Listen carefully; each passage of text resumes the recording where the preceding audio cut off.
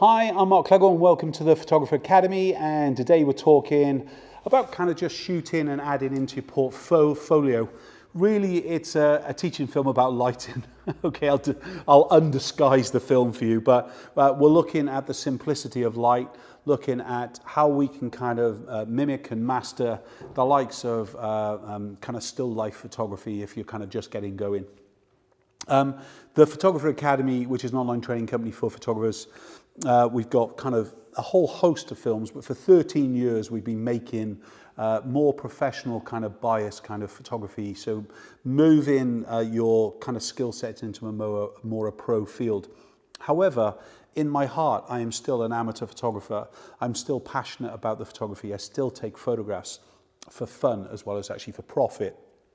And we're into 6 weeks filming on more kind of commercial photography, but we thought we'd use this week as a little bit of the kind of the still life, that kind of amazing images that you might want to actually stick on your wall, or you might be thinking about what can I do, how do I create. The first thing, like anything, is pick up the camera. Yeah, that's number one. Take more photographs tomorrow than you do today. Today is about what is on hand and what can you photograph. Okay, so it's not difficult. We're not saying you've got to go and buy equipment or whatever it is. We're working with the likes of a single glass vase in the studio prop. We've got dried roses.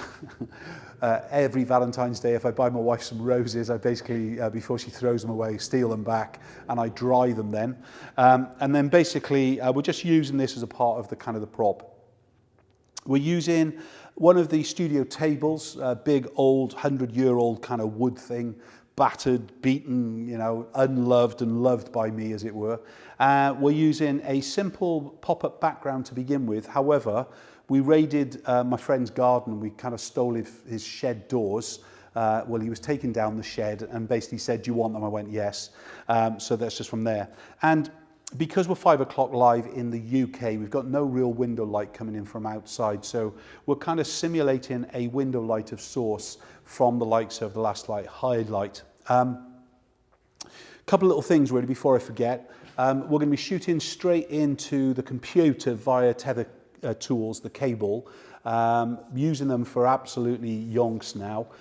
So basically it's all about reliability and speed of the image going from camera into the laptop. The laptop I'm using is just an off-the-shelf one, no extra RAM or whatever. We are going into Capture One.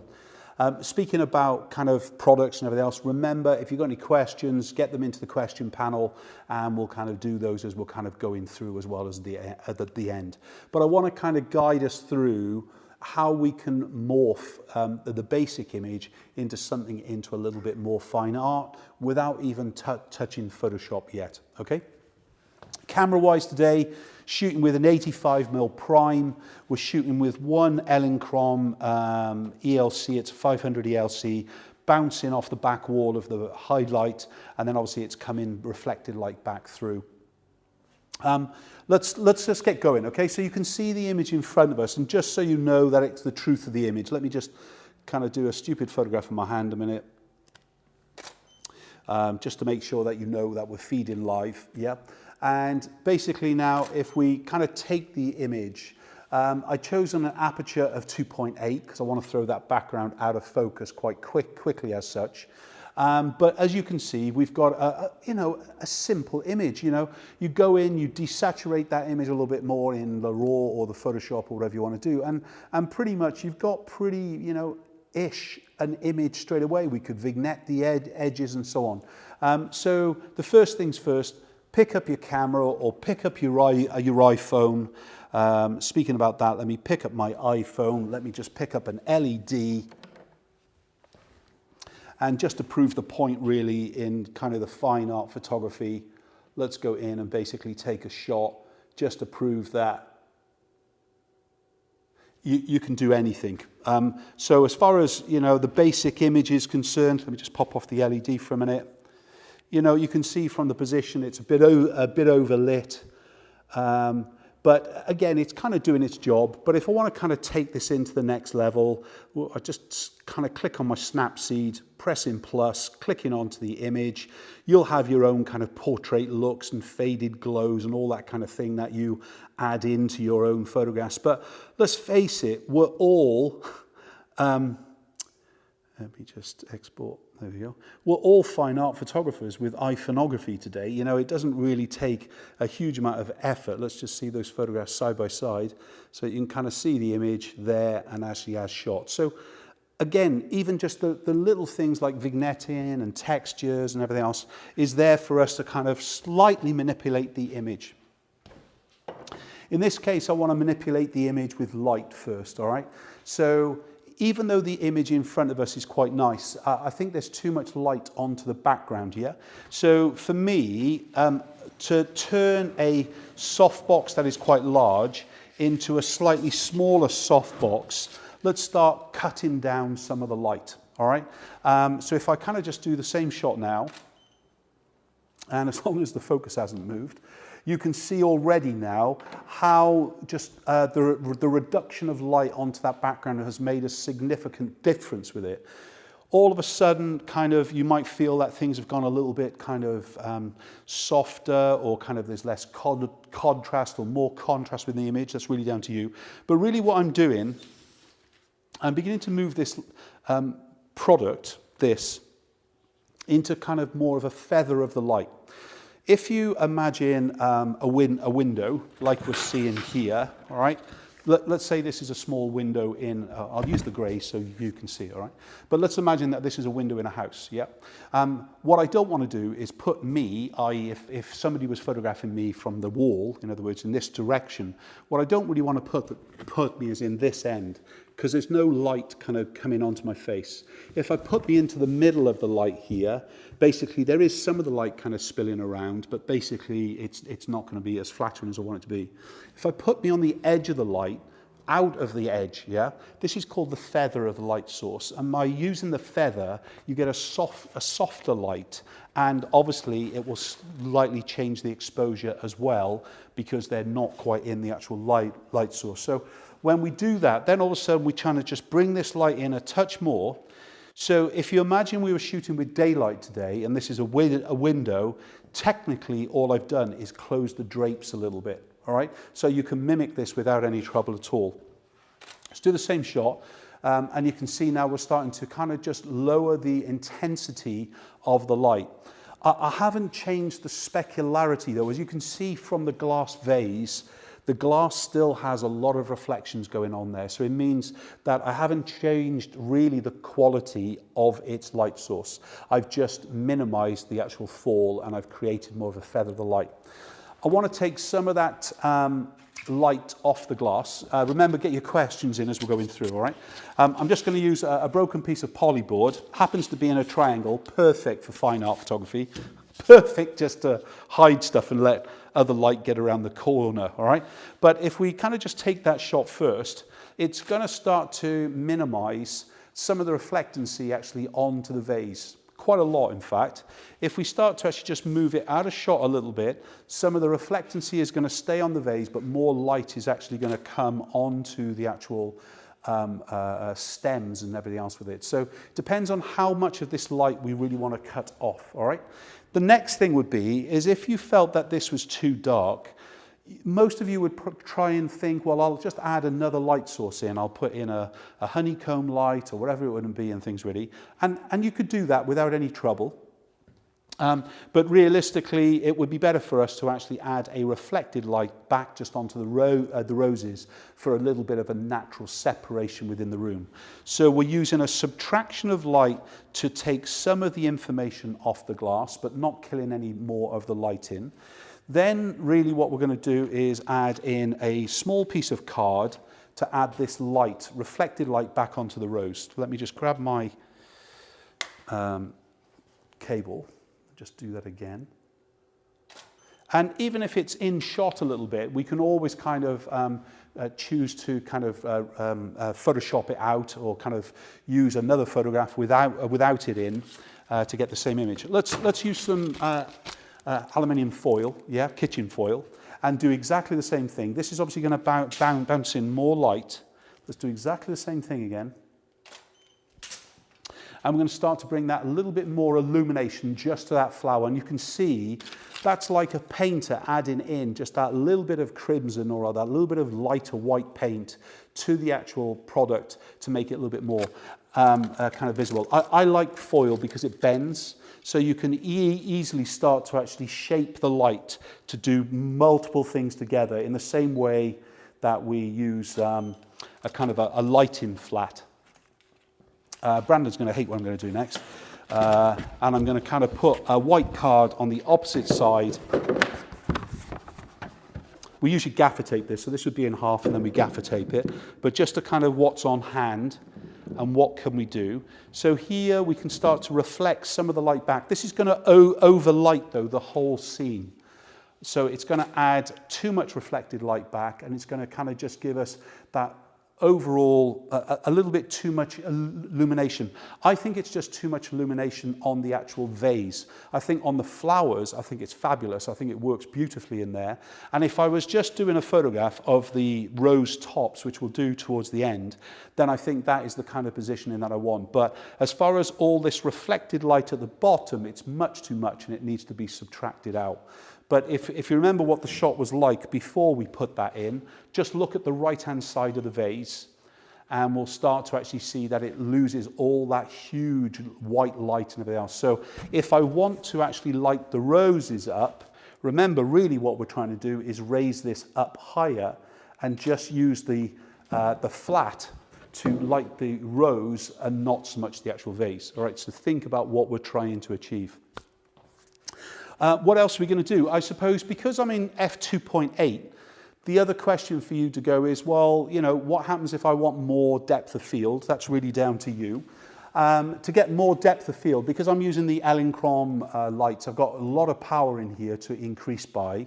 But if I didn't have extra power and I was using daylight, because of the triangle of exposure, remember it's ISO, aperture and shutter speed, all right? When an aperture is chosen at the desired amount, when we're working with daylight, the only real things to kind of change it then, if we're fixing our aperture at something, we have to actually either increase the sensitivity by increasing the ISO, or we have to actually slow the shutter speed down to give more time for the natural light get in towards the scene itself. So we've got an option there. Because I'm using flash photography or strobe photography here, basically by fixing the aperture again, what I have to do is to increase the aperture from f4 to 5, 6, 8, whatever it would be. I have to either increase the power on the actual flash, or I have to increase the sensitivity on the actual ISO of the camera. Either way, we'll get great results as long as the exposure is correct. So in other words, if I want to shoot on f4, the easiest thing for me to do would be just to change ISO from 100 ISO to 200 ISO, change my aperture from 2.8 to f4, shoot exactly the same image, and basically I've got the photograph. All right, so I've got a greater depth of field now. I'm shooting on the 85mm lens at f4 with the distance of the vase to the background. Pretty much that background is still out of focus. Once we start to increase the depth of field more, so let's go to 400 ISO. And this would mean we'll go into 5.6. Pretty much because we've got an 85mm prime compared to an 85 on a medium zoom lens, with the distance of about 1 meter from the vase to the background is pretty much still out of focus. It's a little bit sharper than it was, but what's worse is the edge of the table in the background is beginning to actually kind of come sharper. So you've got to increase and just kind of control the amount that you want, all right? So for me, the way that I would work this is a maximum of f4, but that's just personal to me. So I want to go back down with the ISO to 100, yeah. I want to go back to my f2.8, just to make sure I've reset everything. I take the same photograph, we'll get the same exposure of image. Now what I want to do is increase the power on the light. Brandon, I'm not sure if you can get really close in from there or not, but I'm going to change what the power rating on the back of the ELC 500 here, the Elinchrom ELC. Yep. And what I'm going to do is just turn the dial, and it's going to move from 2.9 up 1/10 of a stop all the time. And what we're now going to create is one full exposure in the stop, because I've gone up to 3.9. Now in Ellencrom land, basically what we've got is every time I turn from 3.8 to 3.9, basically I increased it by 1/10 of a stop. So if I took the same shot now, but I didn't change my aperture, technically the image is overexposed, all right? Because we've increased the ambient light, or in this case our strobe light, and it's increased the exposure, all right? What I want though is turn it back down to my f4, take the same photograph to give me this lovely mid-key, low-key kind of style, the styling on there. So we've increased our depth of field now, and we've got a better kind of image than perhaps you were at the 2.8. I would say the only real things to really look at to change this image is the camera height, okay? So I'm using what I refer to as the point of view, all right? So in other words, waist height or child's eye. And what I want to do is kind of try and flatten out the table a little bit without the horizon dominating. So I could afford to go down probably just a little bit more. Tilt on the camera just a touch.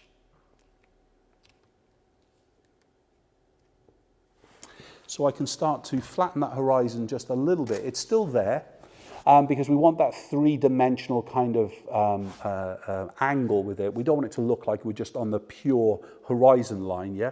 We want that little bit. And now, straight away, I believe we've got a better kind of composition as far as its camera height is concerned.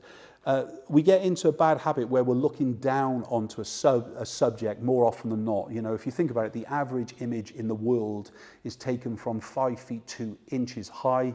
It's shot on a medium zoom lens, and it's shot on f8. So we want to move ourselves as fast as we can away from all of that kind of area to kind of really bring us in a kind of a different form of creativity. And the first point for me is obviously a creative and a prime lens choice. So by that, what I've also done, of course, you can see in the composition is I've left space to the left and I've left space above. Negative space in composition, kind of almost trying to put the vase and the flowers into that kind of golden line. However, when I was learning photography from magazines in the 80s, the early 80s and things, all you ever heard was fill the frame, fill the frame, fill the frame. But in school, where I'm learning composition in art, they're on about golden line and kind of putting on the thirds and everything else with it. And I think if you are really going more and more into the likes of fine art photography, you need to think less about filling the frame, and you need to think more about negative space within the image to kind of give you a good kind of compositional strength and adding into the whole kind of dynamic. So again, from here, we've got a real kind of great simple image. If you're on about wondering what I'm on about when I'm on about filling the frame, let me just get down a minute. So I'm on about filling the frame and bullseye, which is basically everything is bang smack in the middle. That's the kind of thing. I think we can get away with it because it's tall and it's long and it's thin, but we've kind of lost that real kind of compositional element, but I still think it fits itself into that kind of fine art category without any trouble. Let's just finish off with the roses before we kind of move on to the pears. Remember, get your questions in. I'm just going to come in really quite tight. I'm going to swap from my 85mm prime to my 100mm prime. You'll often see me swap a lens without switching the camera off. It is bad technique, okay, but it's habit. Let's kind of look into all our roses again. Switch the focus on camera. Let's come back a little bit. We need to get down just to give ourselves a little bit more dynamic kind of position. I think we need a slight top of the neck of the rose anyway, of the vase, sorry. And we definitely need to allow ourselves just that little bit of space above and to the side. Okay, let's have a quick test. So we haven't done anything else. The good news about it though now is because we've kind of begun to get rid of the vase, the reflections on the bottle are not the big headache. What I can start to do now is really begin to add more light to the actual flowers themselves with the kind of the V-flat, just to actually bring up a little bit of the detail there.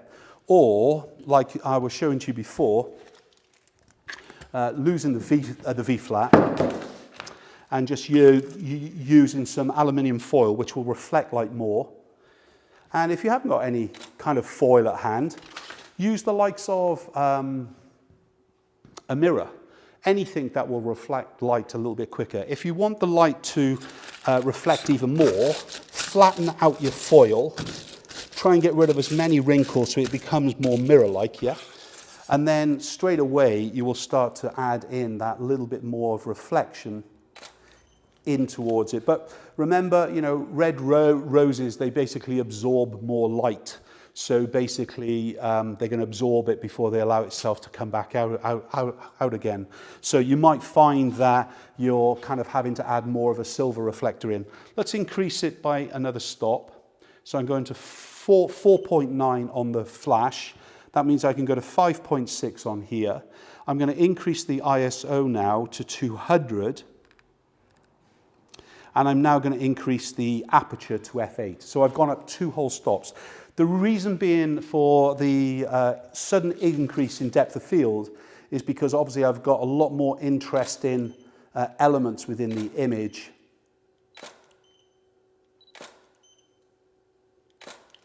Just moving that foil around a little bit to actually light the different areas. And then obviously I can kind of layer them out and things really. So last chance for questions, yeah? But, you know, no matter what, even if we were running as is, we've got no foil, we've got no clamps, we've got a bit of a sheet. The sheet can go over the window, or the sheet can actually reflect in the light. We've got some old card. We've got something to subtract the light on the back here. We can basically start to create.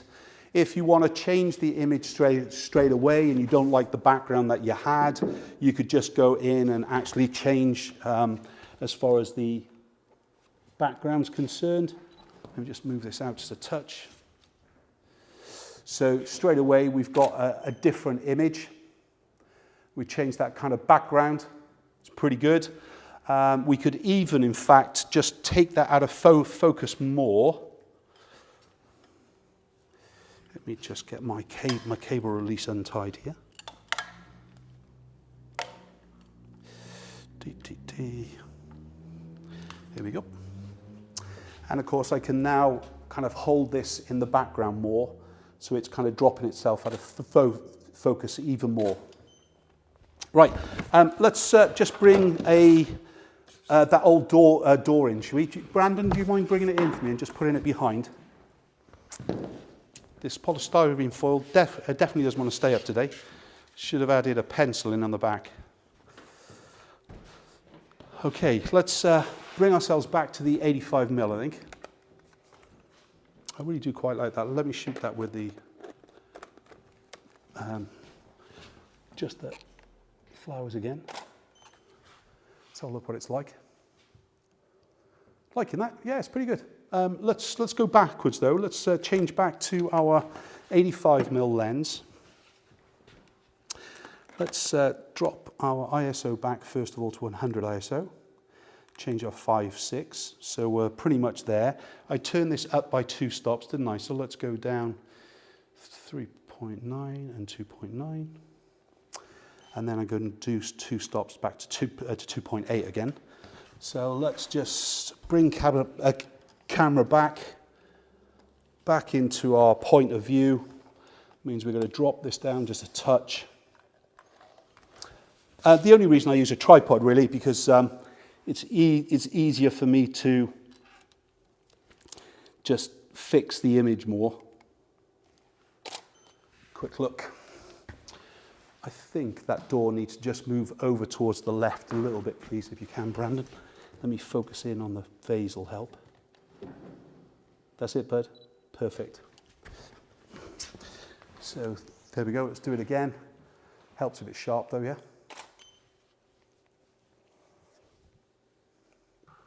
So yeah, you can see now how the 2.8 is really knocking out that door out of focus straight away with it. But yeah, really kind of a simple image. Right, let's get some questions in, if there's any there. Just while questions are coming in, I'm just going to set up the couple of pairs for the shot, just to show you it works in exactly the same way. Yep, so we just have the one question. Yep. And that is, how can I make my shots more creative? Well, the first thing is, how do you make your shots more creative is the question. The first thing is get the technical technique first of all. So in other words, make sure that you're not fussing more with technique. Once you kind of master a technique, do not be afraid to mimic it and keep it running the whole time with it, all right? Why? Because basically, sorry.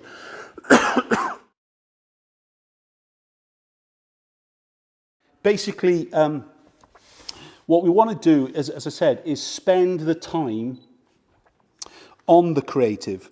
So what we're kind of doing now, because it's so basic, we don't really have to then think about, that's a really nice shot that is, I like that, nice pair. I'll stop here, let's move on. You just stand in front of something more interesting. I think it was Ansel Adams who said that. But again, now, we've got no real reflectancy on the pear except for the top, it's good. So perhaps my little bit of foil now is going to be used in a slightly different way than before. Let's do the same shot. Now it's going to add just that little bit of separation light running down the side. And then you've got to decide on, has it really done anything for the photograph? Sorry, I'm trying to see the television with a bright light. And the first thing I would do, okay, let's start again. I'll answer the question fully. How do you take more creative photographs? Do things differently once you master the basics. So in other words, slow shutter speeds down, create blur, shoot through things, create an energy, a different energy with the light, change color balance on camera, not just kind of in the post-production. So in other words, you go, okay, well, I want to do a series of images, Mark, and I'm going to do them all in black and white. So I would say that never shoot an image in color if it's going to end up in black and white. The reason being in that is that you can see the difference in the quality of the image straight away if you're shooting at source. Now, I'm shooting a JPEG file and a RAW file, so that image always exists in color if I'm using the RAW file. But the image that is visible, like you're seeing on screen now, is technically just the JPEG file that you're seeing. So straight away you can know where you want some flatness or whatever it is. But in the good old days, in the darkroom, of course, we were still going into that image and we were changing the sharpness and the contrast with a different paper.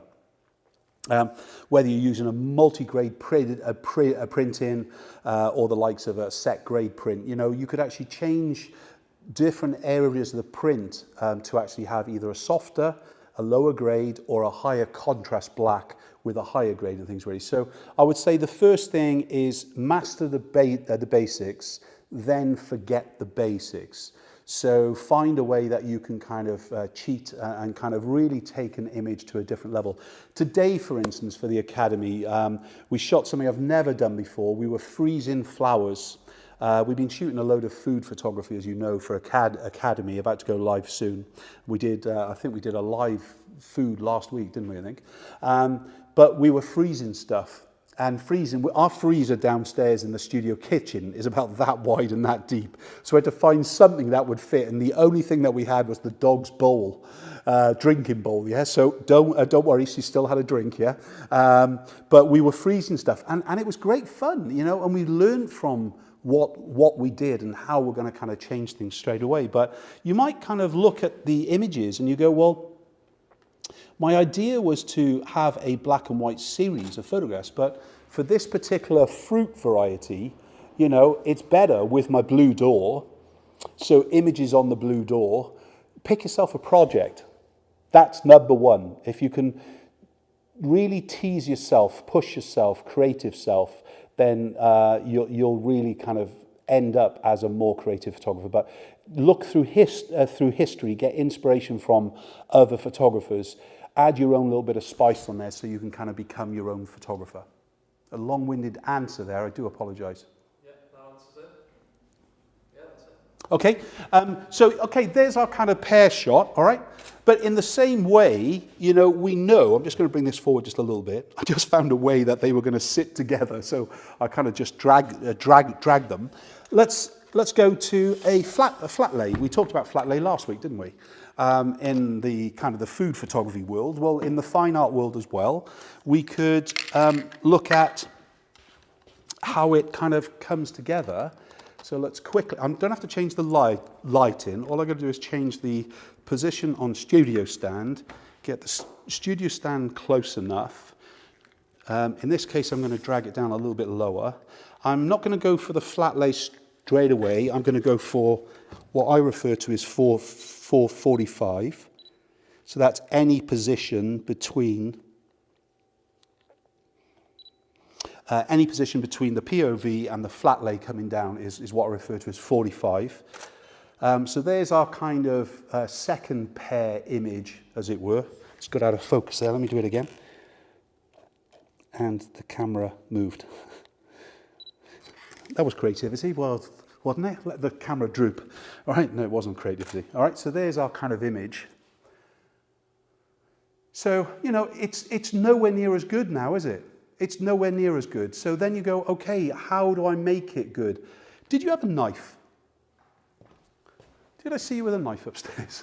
I don't know why we've got big knives in studio. Okay, chuck it down there for me a minute. Thanks, bud. Where's my foil so I don't wet my table? Let's just grab a pear, slice it down. And I promise you, this is not rehearsed, as I'm sure you can tell. Can I make it a little bit phallic? I'm not sure if that's good or bad, but let's do it. I think it's going to be better from above. So let's go straight to the flat lay. Take it up again. Bring it in. So remember, we're using still our same technique of lighting. Let's have a look at it first. I definitely need a bigger depth of field now because obviously the overhead and the depth of field going through. Well, it's kind of not too anything, is it, at all with it? It's not erotic. It's not doing anything. What can we do with the image? Is it just playing around with a pear? Pick up something really. I mean, I'm not sure if we've still got the cutlery. We do, okay? If we just pick up something laying around, get a card there. That'll do. Let's just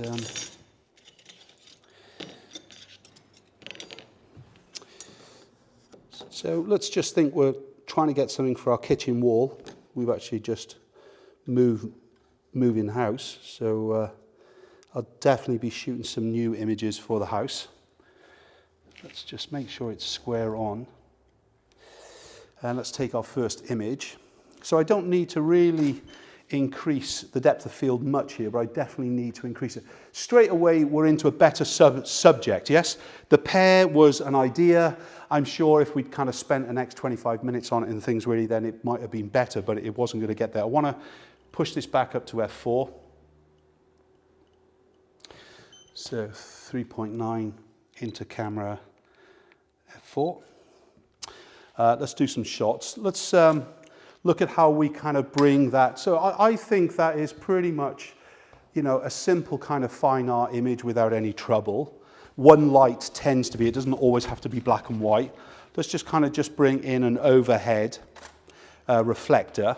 As long as it hasn't got in the way of the lens, then basically we're going to bring that, all that kind of copper kind of alive. We obviously need to spend some more time kind of really making sure they're aligned. But again, adding that reflectancy in just to actually give it a 3-dimension. Better. Okay, so straight away, it's kind of how do we add even more dynamic to it? I would say with an image as simple as this, just give yourself a little bit more space. That's as simple as that. In other words, let's go overhead again. Just add that little bit more of dynamic. Just more dynamic as far as the composition is concerned. So lower left, more space, top right and above and things really. And straight away, we've definitely got a more dynamic. That'll look great in black and white. It might need a little bit of help with a bit of a reflection. I definitely shoot either 2 or 3 of these, the reflector in different positions, and then start to kind of blend them together as such really. But the first thing about getting more creative with your photography is change something. In the same way, LED,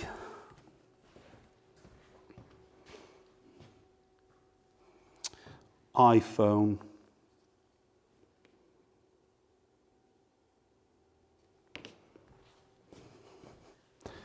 and let's face it, this wasn't planned, okay? This is just what's around, what's at hand, and how do we kind of get ourselves a kind of a better image and things really. Yeah. That's it, that's us done. So I hope you've enjoyed that little bit of a kind of a lighting kind of experience about what we're kind of doing with the light. The first thing is, if you find your light is too big, make it small. Small creates more drama. We could, I should have said, in fact, ignore the LED for a minute.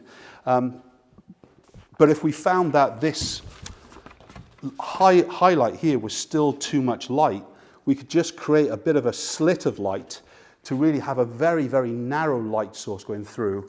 And then all of a sudden, we are kind of creating very, very, very, very small pools of light and things really. So I hope I've inspired you to pick up the camera and take some photographs this weekend, especially if you're stuck inside in lockdown still. Raid the kitchen drawer, blame Mark Cleghorn, and I look forward to seeing actually your images submitted into the next photo critique. Any last questions there? We're done, we're out of here. What's next week? I've asked him a question he can't answer. We're undecided, but I can guarantee you we're going to be live at 5. Take care now. See you all soon. Bye-bye.